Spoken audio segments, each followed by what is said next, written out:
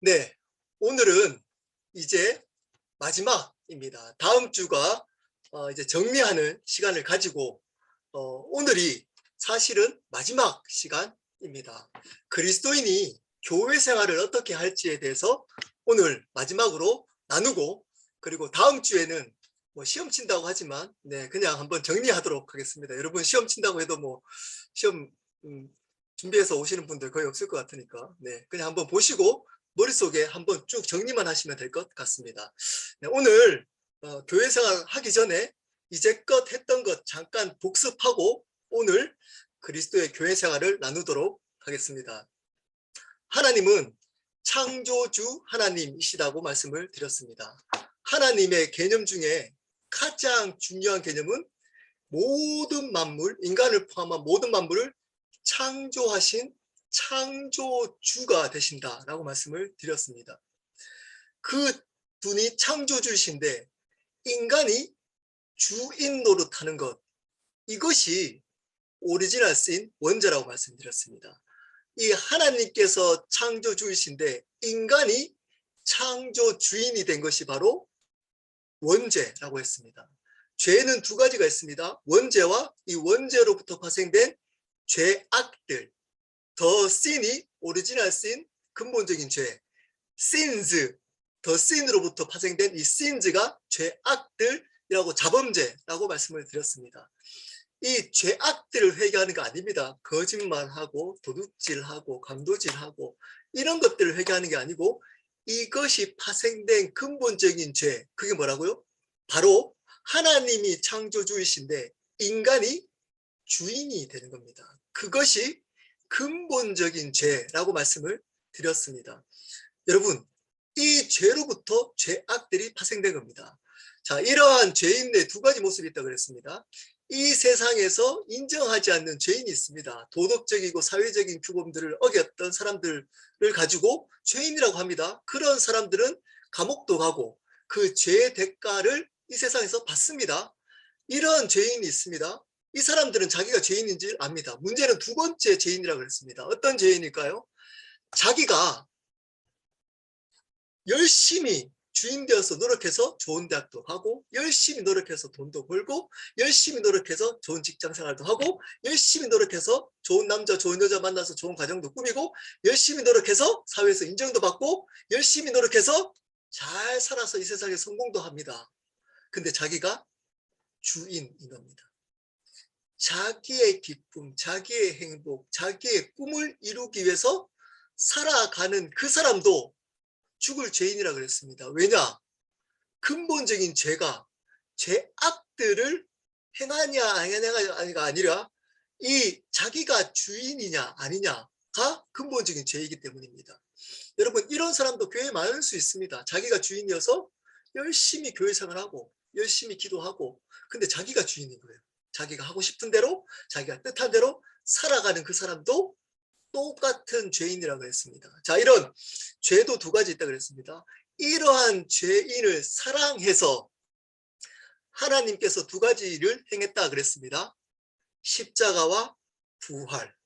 여러분, 이거는 반드시 기억해야 됩니다. 십자가는 뭐죠? 십자가를 통해서 하나님의 사랑과 공의가 이루어졌다 그랬습니다. 단번에 영원히 우리의 죄를 용서받은 사건입니다. 십자가를 통해서 그분이 우리의 죄를 용서하신 유일한 구원자임이 증명됐습니다. 알게 된 겁니다. 십자가를 통해서 그분이 우리 죄를 용서한 유일한 구원자, 그리고 그분이 부활하셨습니다. 부활하셔서 뭐죠? 이제 2주 뒤면 부활절도 다가옵니다. 부활의 의미가 뭐죠? 그분이 하나님이심을 선포한 겁니다. 하나님은 어떤 하나님이라고 제가 처음에 얘기했죠? 창조주 하나님이십니다. 그러므로 예수 그리스도가 부활하심으로 어떤 분임을 선포한 거죠? 창조주 하나님이심을 선포한 겁니다. 한 단어로. 뭐죠? 주님이 되신 겁니다. 자, 십자가와 부활을 통해서 십자가는 뭐죠? 예수 그리스도가 우리 죄를 용서하신 유일한 구원자가 되셨으며 그분이 부활하셔서 우리의 삶과 생명의 주님, 주인이 되셨습니다. 이 일을 하나님이 우리를 사랑해서 행했습니다. 자, 이것을 안다고 구원받는 거 아니라 그랬습니다. 왜냐? 사단도 이 내용을 압니다. 복음의 내용을. 그러면 사단도 구원을 받아야 됩니다. 여러분, 착각하는 사람들이 많습니다. 복음의 내용을 잘 설명하고 고백하고 안다고 구원받았다라고 착각하는 사람들이 교회에 많습니다. 그러다가 지옥 가는 겁니다. 나 복음 알아. 제자 훈련을 통해서 복음을 배웠어. 신학생들은 조직 신학을 통해서 구원론을 통해서 복음을 제대로 배웠어. 네, 여러분 배워서 안다고 구원받는 것 아닙니다. 여러분보다 어쩌면 사단이 더 잘합니다. 복음의 내용을. 그러면 사단도 구원받아야 하는 겁니다. 복음을 어떻게 할 때 구원받는 거죠? 복음을 믿어야 한다 그랬습니다. 자, 성경에서 말하고 있는 믿음은 입으로 믿습니다 하는 게 믿음이 아니라 그랬습니다. 두 가지를 해야 한다고 그랬습니다. 회개와 영접. 회개와 영접. 회개는 뭐죠? 내가 주인으로 살아갔던 삶의 방향을 하나님의 주인으로 방향을 바꾸는 거라 그랬습니다. 에디시키는 거 아닙니다. 삶을 바꿔 턴해야 됩니다. 턴 바꿔야 되는 겁니다. 여전히 주인으로 살아가면서 예수님을 구원자다 고백 아무리 하고 교회 열심히 아무리 다녀도 그 사람의 끝은 지옥입니다. 주인을 바꾸는 결단을 하지 않았으면. 자, 회개는 방향을 바꾸는 거였습니다. 자, 그러면 영접은 뭐죠? 영접? 그분을 두 가지로 영접한다고 했습니다. 앞에 복음의 내용 두 가지를 영접하는 겁니다. 그분이 나의 죄를 용서하신 유일한 구원자이심을 영접하는 겁니다. 두 번째, 그분이 우리 삶과 생명의 주인으로 영접하는 겁니다. 근데 교회가 한 가지만 가르칠 수 있는 반쪽짜리 복음이 되어가고 있습니다. 그게 뭘까요? 구원자로만 영접시킵니다. 구원자로만. 자기가 삶의 주인은 자기예요. 자기가 하고 싶은 대로 자기의 꿈, 자기가 원하는 비즈니스, 자기가 원하는 가정생활, 자기가 원하는 삶 살아가면서 주일날 교회 가고 헌금하고 예배 잘 드리고 그렇게 한다고 자기는 그리스도인이라고 착각하는 겁니다. 달리 말하면 천국 간다고 구원받았다라고 착각하며 살아간다는 겁니다. 왜냐? 예수님을 구원자로 믿기 때문에 나는 구원 받는다고 생각합니다. 여러분, 그래서 구원받지 못합니다. 그분을 구원자이자 주님으로 영접하는 것이 믿는다 그랬습니다. 요한복음 1장 12절 영접하는 자, 그 이름을 믿는 자에게는 하나님의 자녀가 되는 권세를 주셨습니다. 다른 말로 그분을 믿는 것은 영접하는 것인데 영접할 때만 구원을 받는다. 하나님 자녀가 된다라고 말씀하고 있습니다. 자, 영접이 뭐라 그랬죠? 쉽게 제가 설명을 했잖아요. 기억하십시오. 영접은 여러분 집에 손님을 초대하는 것과 똑같은 개념입니다. 여러분이 집에 손님을 초대해놓고 여러분이 하고 싶은 일을 합니까? 여러분이 보고 싶은 드라마 보고 있고 여러분이 하고 싶은 게임을 하고 여러분이 하고 싶은 대로 시간을 보내지 않습니다. 손님을 초대했으면 손님을 위해서 시간을 보냅니다. 손님이 원하는 대화를 하고 손님에 맞도록 시간을 보내고 손님을 위해서 음식도 합니다. 예, 초대했기 때문에. 똑같습니다. 영접도. 그분을 영접하는 것은 그분을 내 삶 가운데 초대하는 겁니다. 자, 그러면 어떻게 해야 된다고요? 그분을 위해서 시간을 보내고 그분을 위해서 삶을 살아가는 것이 영접입니다. 언제까지? 손님을 초대했으면 손님이 떠날 때까지 해야 되는 거잖아요.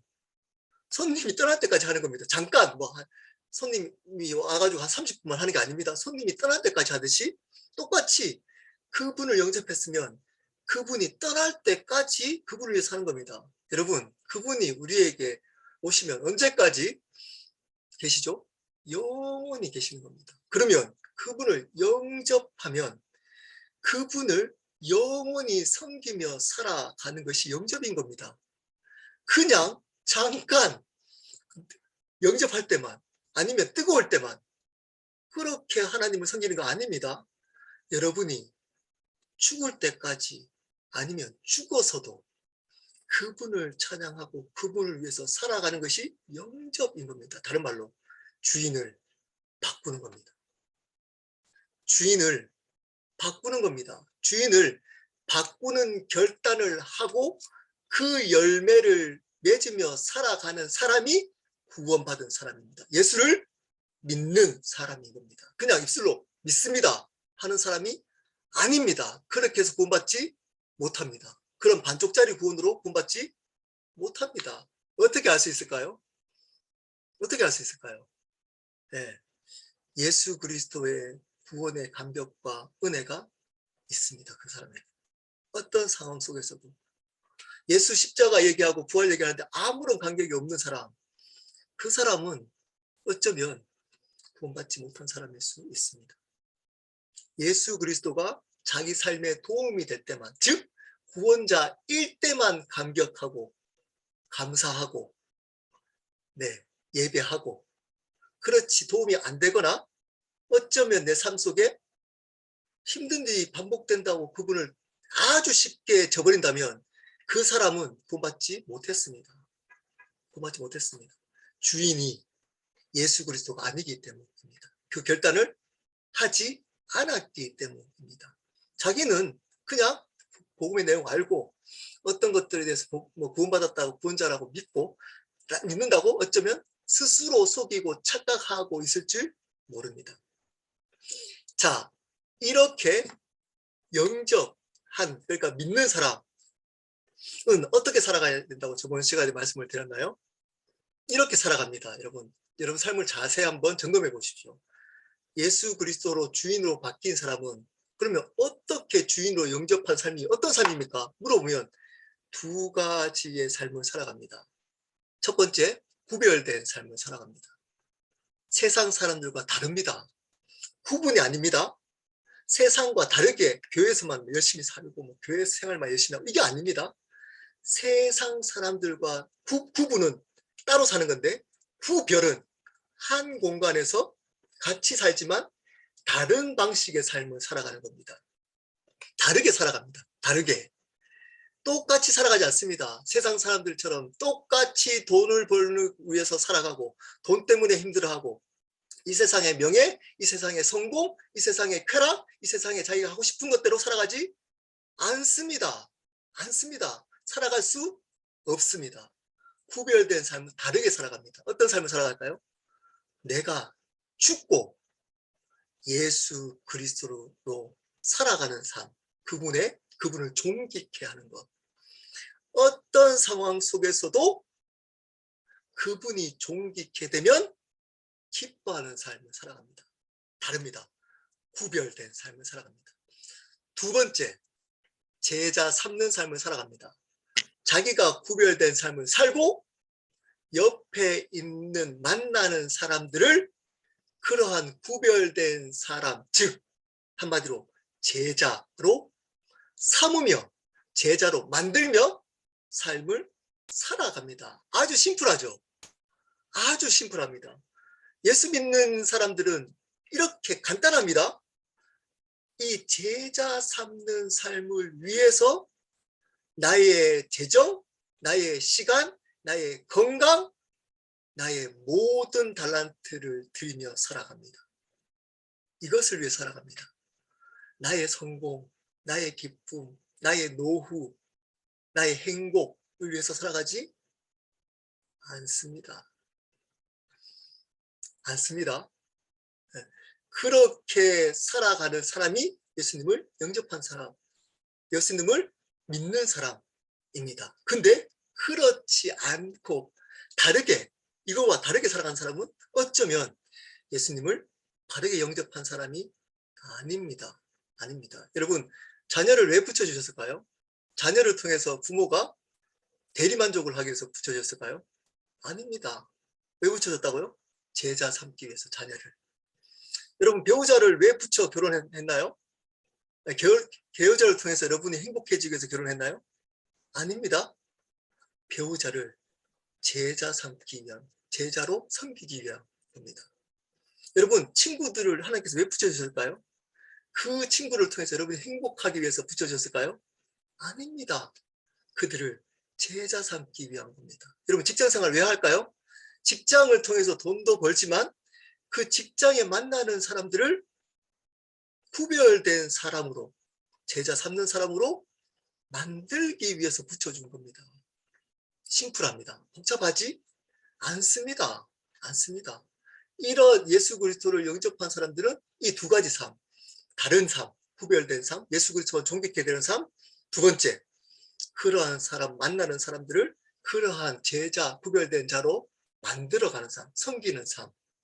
자기가 직접 못하면 그런 사람들을 서포트하는 삶으로 사는 겁니다. 사는 겁니다. 자기의 어떤 성공에 사는 것이 아닙니다. 여러분, 이까지가 복음이고 복음을 믿는 자들의 삶입니다. 이것을 기억하셔야 됩니다. 자, 그리고 우리가 또 삶 전체 중에 중요한 삶 하나가 있습니다. 우리는 그게 뭘까요? 오늘 하는 교회 생활입니다. 여러분, 어느 순간부터 교회 생활을 등한시합니다. 무시합니다. 어떻게 얘기하죠? 삶이 예배야. 맞습니다. 잘 들어보십시오. 저도 예배할 때 할 겁니다. 삶이 예배 맞습니다. 그래서 주일날 드려지는 교회 공동체 예배를 아무렇지 않게 생각합니다. 빠져도 아무렇지 않게 생각합니다. 그리고 주일날 드리는 그 안식일을 지킨다. 나중에 또 이것도 안식일에 대해서도 설교할 기회가 있으면 또 하겠지만, 여러분을 위해서 그 안식일을 지키기도 하지만 여러분, 그것은 하나님을 위한 겁니다. 왜냐? 여러분의 주인이 하나님이시기 때문입니다. 네, 나중에 또 이제 나중에 혹시 또 기회 되면 이분들 하겠습니다. 어쨌든 여러분, 교회의 시작인 주일 예배를 바르게 드리지 않는 그 사람은 절대 삶의 예배입니다 라고 하는 그 예배를 절대 바르게 드리지 않습니다. 절대 바르게 드리지 않습니다. 드릴 수 없습니다. 자, 보십시오. 주위에 이런 사람들이 있습니다. 네, 주일날 자기 쉬는 것이 하나님께 드려지는 그 시간보다 더 아무렇지 않게 생각하는 사람이 자기가 삶을 살아갈 때 그분을 주인으로 5일 동안 살아갈까요? 살아가지 않습니다. 절대 살아가지 않습니다. 이 교회 생활, 교회에 대한 바른 개념을 가지고 있어야 됩니다. 교회 생활을 어떻게 할지를 오늘 나누도록 하겠습니다. 여러분, 들어가는 질문입니다. 교회에서 해야 할 일, 그러니까 바르게 교회 생활을 어떻게 해야 되는지 첫 번째. 두 번째, 침례교회 특징이라고 이렇게 나와 있지만 여러분, 여기 또 저희 교회는 또 침례교회, 이 새로운 삶이 저희 교회 침례교회인 저희 교회 침례교회잖아요. 침례교회를 소개하기 위해서 이렇게 특징을 나왔겠지만 어떻게 보면 이겁니다. 침례교를 통한 바른 교회의 이해입니다. 바른 교회가 이런 특징이 있다라는 것을 좀 알려주기 위함입니다. 여러분, 어쩌면 장로교, 또 감리교, 또 순복음에도 아마 특징이 있을 겁니다. 그 교리가 있을 거고, 여러분 그 교리를 잘 따르시면 됩니다. 근데 침례교를 통해서 바른 교회가 어떤 것인지를 한번 알아보도록 하겠습니다. 네, 우리 교회 생활 4가지입니다. 반드시 여러분이 교회 생활을 잘한다 라고 하면 이 4가지 생활을 반드시 다 잘 해야 되는 겁니다. 한 가지만 잘해서 교회 생활 잘하는 것이 아닙니다. 자, 사도행전 2장 42절을 근거로 합니다. 제가 읽겠습니다. 저희가 사도의 가르침을 받아 서로 교제하며 떡을 떼며 기도하기를 전혀 힘쓰니라. 자, 이 구절을 가지고 사도행전에 나와 있는 가장 건강하다고 하는 초대교회에 교회에서 했던 4가지를 통해서 지금 바른 교회에서 바른 교회 생활을 하려면 어떻게 해야 되는지를 4가지로 알아보도록 하겠습니다. 첫 번째입니다. 예배입니다. 앞에서 말씀드렸잖아요.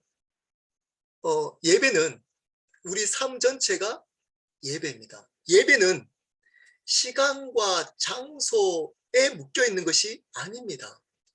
예배는 하나님의 다스림 가운데 내 삶을 그분의 다스림 속에서 살아가는 전체가 예배입니다. 삶의 예배에서는 두 가지가 있습니다. 기억하십시오. 예배는 첫 번째 공예배입니다. 공동체 예배라고 합니다. 두 번째 개인 예배입니다. 내 개인적인 삶의 예배. 이 두 가지 예배가 우리 삶 전체 예배에 포함됩니다. 두 가지로 나뉩니다.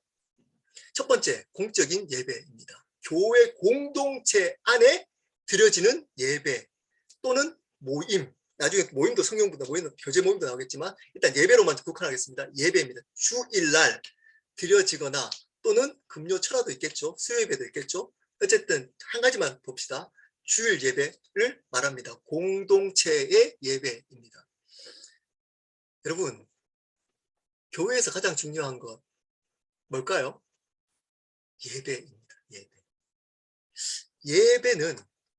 예배는 가치, 월드라고 가치로부터 나온 겁니다. 나의 모든 가치가 하나님이라는 고백인 겁니다. 다른 말로 내 삶의 주인이 그분이심을 고백하는 시간입니다. 공적인 예배가 우리의 삶의 시작입니다. 주일날 예배가. 근데 어느 순간 이런 분들이 꽤 있습니다. 삶의 예배가 예배지. 삶의 예배가 예배이기 때문에 공적인 예배는 드려도 되고 안 드려도 되는 옵션처럼 생각하는 분들이 꽤 있습니다. 틀렸습니다. 이거는 본질적인 부분입니다. 이거는 맞고 안 맞고 틀렸습니다. 그것은 공적인 예배는 필수입니다. 옵션이 아닙니다. 필수입니다. 필수. 왜냐? 내가 그분을 주인으로 고백하는 공동체적인 예배 안에서 그분을 고백하는 것이 우리의 삶의 일주일의 시작이기 때문입니다. 시작. 그 시작이 없는데 여러분 일주일 동안 다른 예배 삶을 살아갈 수 있을까요? 따로 떼서 그 시간을 하나님께 드려야 되는 겁니다. 지키는 겁니다. 지키는 거. 안식일을 지키는 겁니다. 주일을 지켜야 되는 겁니다. 지키는 건 뭘까요? 안 지키면 문제가 생긴다는 겁니다. 지켜야 되는 겁니다. 공예배는. 근데 어느 순간 우리 이제 코로나에서 좋은 점은 있죠. 진짜 내가 예수님을 섬기는 것들 확인할 수 있지만 두 번째 안 좋은 점이 생겼습니다. 그게 뭐냐? 예배를 주일날 있는 공적인 예배를 등한시합니다. 드려도 되고 안 드려도 되고. 이제 저희가 만약에 저희 교회만 이렇게 있으면 제가 좀 강하게 얘기를 하려고 했는데 다른 분도 있어가지고 조금 느슨하게 얘기하도록 하겠습니다. 여러분 주일날 예배 함부로 빠지지 마십시오. 함부로 빠지면 큰일 납니다. 여러분 영적인 생각이 다 무너집니다. 주일날 그냥 그리고 될 수 있으면 줌으로 드리면 얼굴을 키십시오. 가리지 마시고 얼굴을 키고 예배를 드리십시오. 끄고 이렇게 자기 하고 싶은 대로 이렇게 드려서는 안 됩니다. 여러분 만약에 손님이 여러분 집에 왔다고 하면 여러분 누워서 이렇게 손님 맞이 하나요? 누워서 그냥 옷 잠옷 입고 맞이 하나요? 그렇지 않으면서 하나님께 예배 내 모든 것을 드린다고 하는 그 시간에 꺼놓고 자기가 하고 싶은 대로 예배를 드린다는 것은 잘못된 겁니다. 잘못된 겁니다. 바르게 예배 드려야 됩니다. 바르게. 그 중심을 보십니다. 그 태도를 보시는 겁니다. 근데 그런 태도가 돼 있지 않는 그러한 태도 예배는 삶이 다 무너집니다. 공적인 예배 첫 번째 잘 드려야 됩니다. 두 번째 그렇게 드렸듯이 주일날 공적인 예배를 그렇게 바르게 드리듯이 그 삶도 바르게 예배 드리듯이 살아가야 하는 겁니다. 그 기준이 없는데 살아가려는 기준이 없는데 어떻게 살아갈지에 대한 기준이 없는데 어떻게 살겠습니까? 그 한 시간도 하나님께 떼어서 못 드리는데 내 삶 전체를 5일 동안 드린다고요? 절대 안 드립니다. 절대 드리지 않습니다. 쏙은 겁니다. 쏙은 거. 예, 그리고 이제 삶의 예배다. 삶 전체를 하나님께 드리 핑계입니다. 합리화. 예, 그렇게 예배를 드렸듯이 내가 하나님께 마음을 들여서, 네, 마음이 생명이잖아요. 생명과 마음을 들여서 바른 태도로 예배를 드리고 그러한 마음으로 월요일부터 살아가는 겁니다. 어떻게? 그분을 예배하듯이 주인으로 인정하고 고백했듯이 삶 속에서도 그분을 주인으로 삶을 살아가는 겁니다. 그것이 예배입니다. 그것이 삶의 예배. 너희가 드릴 영적 예배 뭐라고? 산제사로 드려라. 그것이 너희가 드릴 영적, 여기서 영적은 신령한 예배, 이게 뜻이 아닙니다. 합당한 예배니라. 너희가 예수 그리스도를 주인으로 고백했다면 너희는 주일날 드리는 공적 예배뿐만 아니라 너희 삶을 당연히 그분을 주인으로 고백하면서 삶을 살아가는 전체 삶을 드리는 그 예배를 드리는 것이 합당하고 당연하다. 이런 말인 겁니다. 당연한가요? 주일날 드리는 것도 힘들잖아요. 당연하지 않잖아요. 그런데 자기는 구원받았대요. 자기는 구원받았대요. 자기가 주인으로 자기 멋대로 예배도 바꾸는 그 사람이 자기는 예수님 믿는 사람이라고요. 예수 믿는 사람. 저는 크리스찬입니다. 크리스찬 아닙니다. 크리스찬 아닙니다.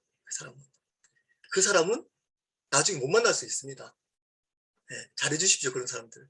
잘 섬기고 왜냐하면 못 만날 수 있습니다. 나중에. 지금 이 땅에서 마지막일 수 있기 때문에. 여러분, 예배 드리는 거 보면 진짜인지 가짜인지 알 수 있습니다. 알 수 있습니다. 두 번째, 성경 공부입니다. 말씀이 있는 곳에 반드시 여러분 시간을 드려야 됩니다. 필수입니다. 이것도 옵션이 아닙니다. 성경부 뭐 해도 되고 안 해도 되고 뭐 제자훈련을 해도 되고 안 해도 되고 이렇게 생각하시죠? 아닙니다. 교회 생활 예배만 드린다고 다가 아닙니다. 예배조차도 안 드리는 사람도 있는데 예배조차도 못 드리는 사람이 있는데 자 이런 예배 잘 드렸다고 착각하시면 안 된다. 내가 예배를 정말 주일날 잘 드리고 3대 예배를 잘 드리고 그렇다면 또 하나 반드시 또 해야 되겠습니다. 그게 뭐냐? 말씀 공부입니다. 여러분 성도가 말씀을 제대로 아는 교회 생활을 해야지 이런 제가 목사한테 목사한테 속지 않습니다. 네. 거짓 선지자한테 아니면 거짓 목사한테 속지 않습니다. 또는 목사의 연약함 때문에 실수할 수 있거나 넘어질 수 있습니다. 목사가. 네, 그럴 때 분별할 수 있습니다. 또는 사람에게 의지하는 신앙생활을 하지 않습니다. 사람에게 어떤 권사님, 어떤 신령한 목사님, 어떤 누구누구 말 듣고 그 말 순종해서 신앙생활 하는 거 그거 가짜입니다. 처음에는 할 수 있습니다. 어느 정도 하나님께 말씀으로 나가도록 하는 수단으로 그 목사나 또 영적인 사람은 도움을 할 수 있습니다. 그리고 평생 중심이 안 되고 옆에 둘 수는 있습니다. 옆에. 근데 어떤지 아십니까? 성경부 안 하는 사람들은 앞에 둡니다. 앞에. 그 사람의 얘기가 하나님 얘기예요. 하나님 얘기. 순종하는 것이 탄주합니다. 신앙생활에. 왜? 말씀 공부를 안 하기 때문입니다. 말씀을 몰라요. 전혀. 목사님이 다른 말씀을 전해도 아멘해요. 그 본문과 상관없는 자기 얘기하는데도 할렐루야. 심지어 그런 교회 또 많이 모이기도 합니다.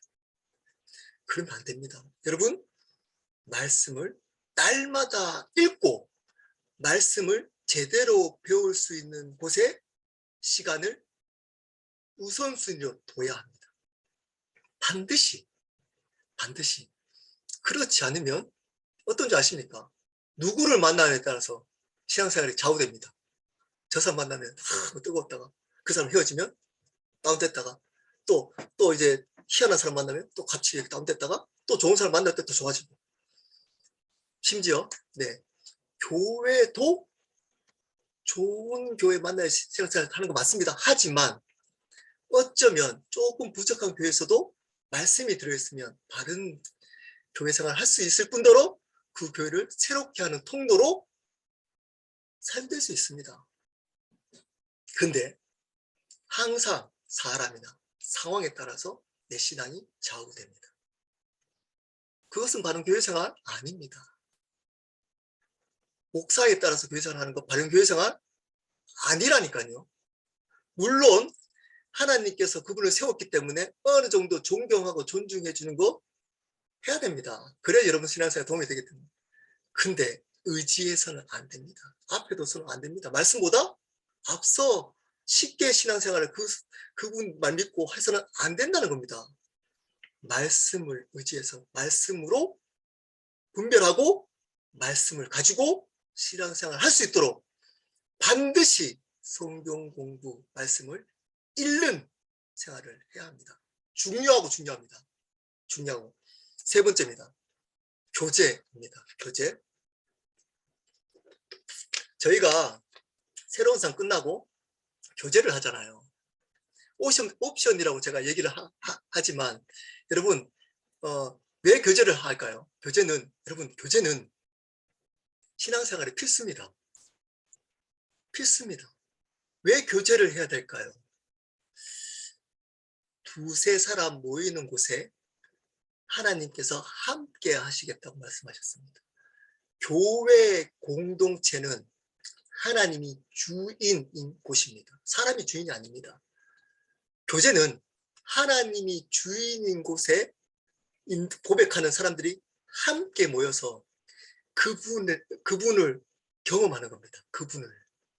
그분을 다른 사람들의 나눔과 다른 사람들의 생각들을 주고받음으로 회복되고 권면받고 새로워지는 시간입니다. 세상에 있는 교제하고 완전히 틀립니다. 교제는. 여러분, 교제를 통해서 회복을 경험하지 않았다면 여러분 바른 교회 생활 한 것 아닙니다. 나의 상처, 나의 죄, 나의 연약함, 나의 고민, 나의 싸움들을 교제를 통해서 나누고 서로 격려하고 권면해서 다시 회복되고 일어서는 것이 그리스도 안의 교제입니다. 생명을 나누는 겁니다. 생명을 가진 사람이. 이 교제 반드시 있어야 하는 겁니다. 반드시. 그래서 저희 교회는 그렇게 하려고 노력합니다. 어떤 모임들 간에 말씀을 나누면 그전이나 교제를 합니다. 그 교제를 통해서 나의 연약함에 일주일 동안 살아왔던 나의 죄나 연약함이나 싸움들을 나누고 함께 기도할 때 우리의 영적인 바른 생활들을 할 수 있기 때문입니다. 그러므로 교제 생활을 반드시 해야 되는 겁니다. 교제, 그리스도인과 교제. 마지막입니다. 기도입니다. 기도. 여러분, 기도해야 합니다. 기도해야 됩니다. 말씀을 성경 공부 열심히 하고 교제를 통해서 하나님을 경험하더라도 기도하지 않잖아요. 예배를 열심히 드리고 말씀을 열심히 드리고 교제를 통해서 감정적으로 은혜 받더라도 기도하지 않으면 아무 소용이 없습니다. 기도하지 않으면 능력이 나타나지 않습니다. 이런 이유가 나올 곳이 기도밖에 없다고 그랬습니다. 하나님 능력이 나올 곳은 기도밖에 없다. 하나님 말씀이 많이 들어있고 하나님을 경험한 것들이 많이 들어있는 사람이 기도하지 않으면 어떤 일이 있을까요? 그 말씀이 그냥 자기 의가 되어서 하나님의 경험조차도 자기 의가 되어서 다른 사람들을 판단하고 다른 사람을 죽여버립니다. 그리고 자기가 겸손하지 않습니다. 기도하지 않으면. 기도는 내가 아무것도 nothing 이라는 것을 고백하는 겁니다. 날마다. 나는 아무것도 아니고 당신이 하셔야지만 나는 살 수 있습니다. 라는 고백을 하는 겁니다. 그 시간을 통해서. 다른 말로 내가 주인이 아닙니다. 당신이 주인입니다. 기도의 본질은 뭘까요? 제가 그저께 어제인가요?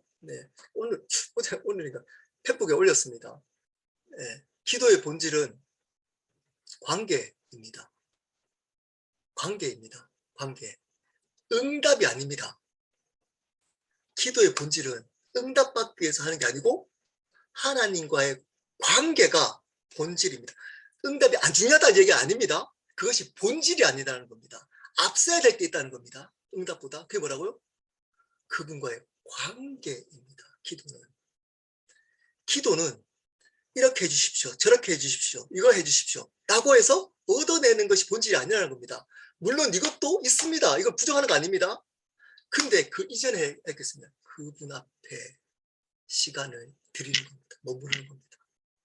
왜? 그분을 사랑하기 때문에. 왜? 내가 주인이 아니기 때문에. 그분이 주인이기 때문에. 그 고백으로 그분 앞에 머무르는 것. 그분과 관계하기 위해서. 그분을 알아가기 위해서. 그렇기 때문에 본질적으로 그분과의 관계이기 때문에 기도의 열매는 뭘까요? 간증이 아니고 예수님 닮음입니다. 잘 들으십시오. 간증, 많은 간증이 아닙니다. 바르게 기도하면 예수님을 닮습니다.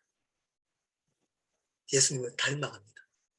그래서 기도는 은밀한 곳에서 하지만 반드시 삶 속에서 드러나는 확실한 열매입니다. 기도하는 사람은 확실하게 삶 속에 열매로 드러납니다. 어떻게 드러날까요? 하나님의 성품을 담습니다. 어떤 사람은 하나님 말씀도 많이 알고 교회 봉사도 많이 하고 열심히 하는데 성품이 이상해요. 가면 맨날 어디 가면 싸워요. 부딪혀요. 왜 그럴까요? 바르게 기도하지 않기 때문입니다.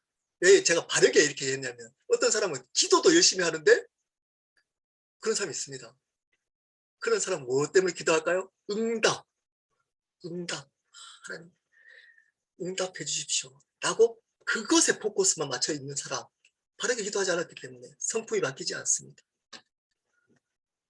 네, 기도 열심히 하는데 기도원 가면 어떤 분 원장 욕하고 막 소리 지르고 하는 사람이 있잖아요. 저는 반대입니다. 어느 부분 인정하는 분도 있지만 저는 개인적으로 반대입니다. 하나님은 그렇게 기도를 하는 거 원치 않다고 저는 생각합니다. 개인적으로. 기도는 하나님과 관계 맺음입니다. 그게 본질입니다. 응답 받지 말라 이게 아닙니다. 우리는 응답 받아야 됩니다. 그분의 응답 받아야 살 수 있는 연약한 존재입니다. 그래서 우리의 기도 제목들을 반드시 얘기를 하고 기도해야 됩니다. 근데 그 응답만 가지고 그것의 포커스만 가지고 있는 분들이 많습니다. 기도는 그렇지 않습니다. 그분 앞에 시간을 정해서 그분 앞에 머무르는 겁니다. 그분의 마음을 배우고 그분께 고백하고 그분의 음성을 듣고 그분의 뜻을 구하고 그분 앞에 날마다 우선순위를 두고 내 하루를 내 삶의 주인은 이 하루의 주인은 내가 아닙니다. 당신이십니다. 라고 고백하는 시간 그것이 기도입니다. 그 기도하는 사람들은 예수님을 닮아갑니다. 많은 간증 기도했더니 이런 거 얻었습니다. 네, 저렇게 됐습니다.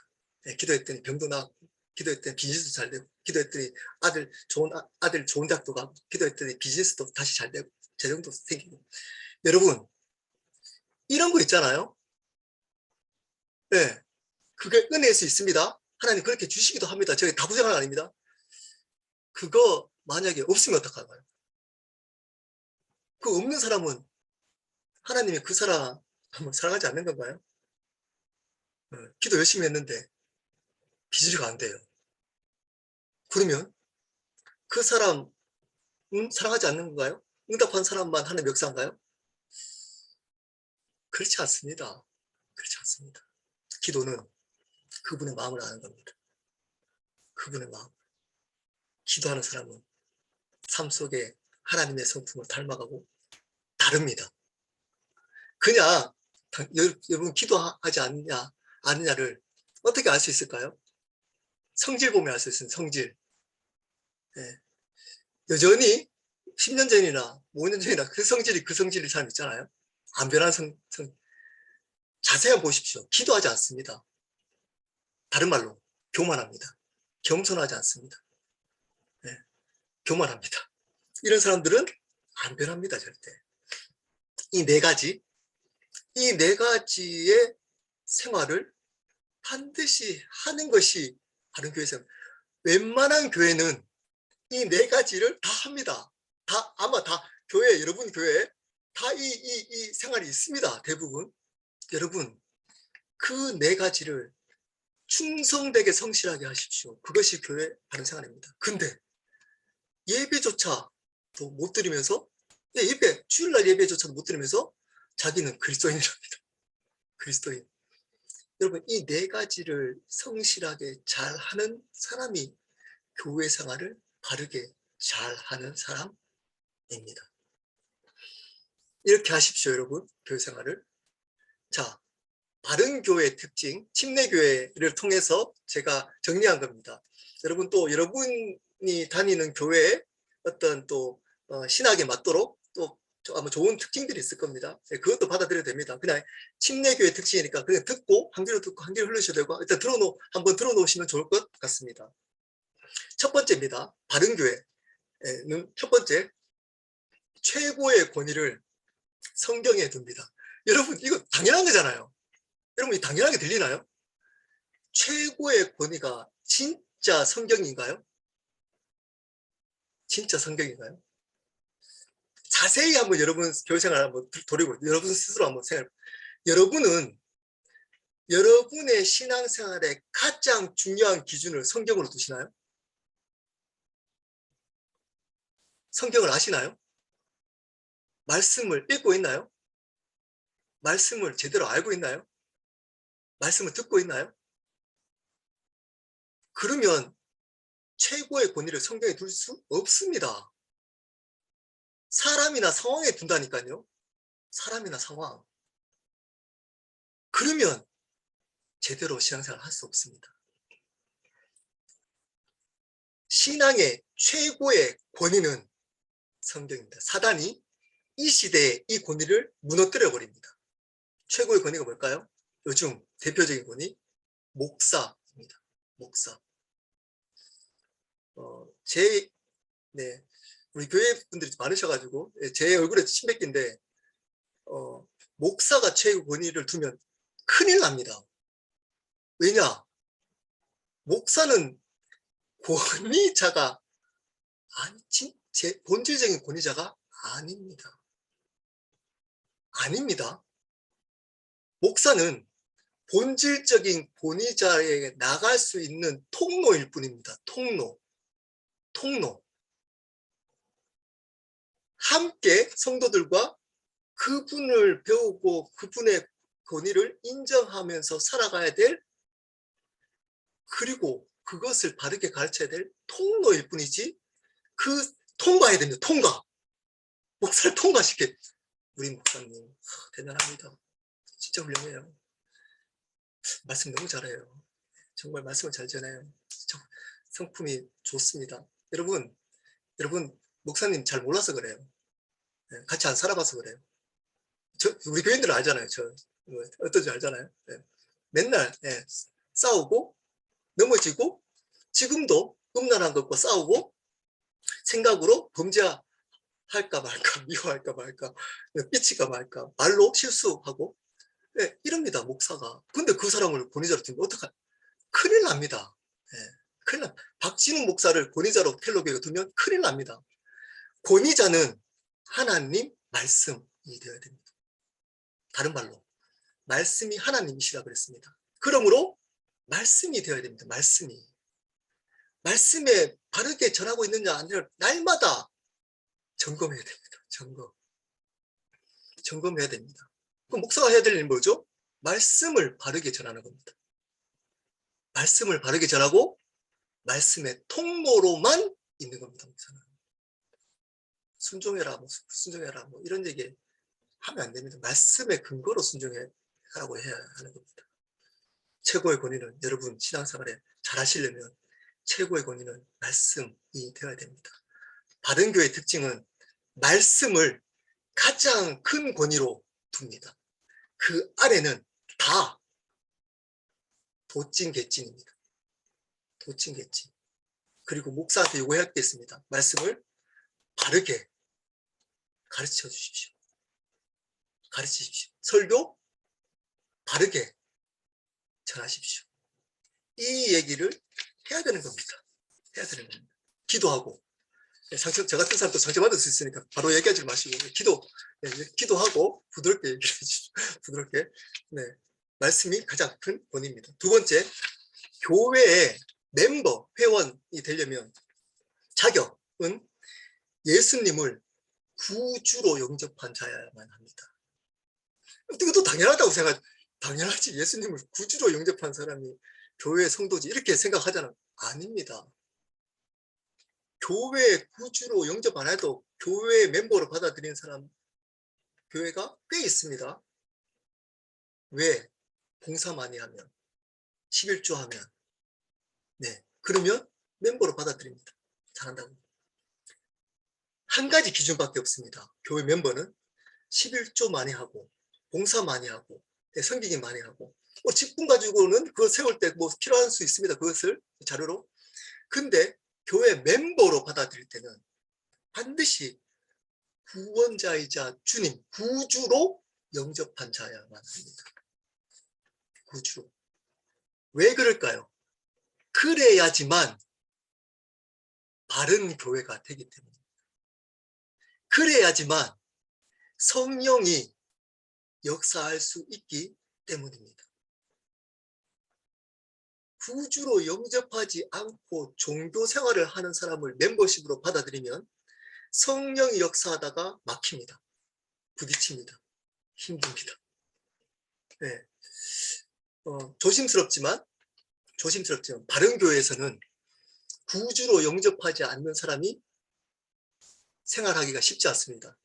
교회 생활하기가. 바른 교회 생활하기 쉽지 않습니다. 왜일까요? 생명과 비생명이 부딪히기 때문입니다. 그래서 떨어져 나갑니다.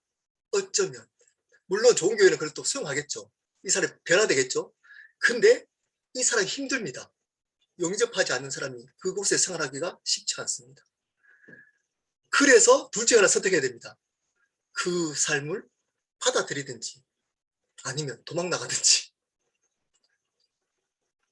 이게 정상입니다.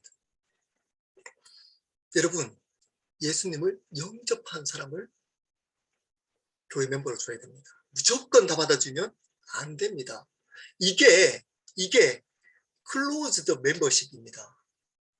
네, 침례교육 강조하는 이게 뭘까요? 반드시 목사이든 선교사이든 장로이든 권사이든 복음을 배우고 교회 멤버가 되기 전에 배우고 예수님을 구원 받았는지 안 받았는지 구원을 확인하고 멤버를 주는 겁니다. 확인하고. 그리고 그래서 저희는 이 새로운 삶이라는 저희 교회 분들만 얘기합니다.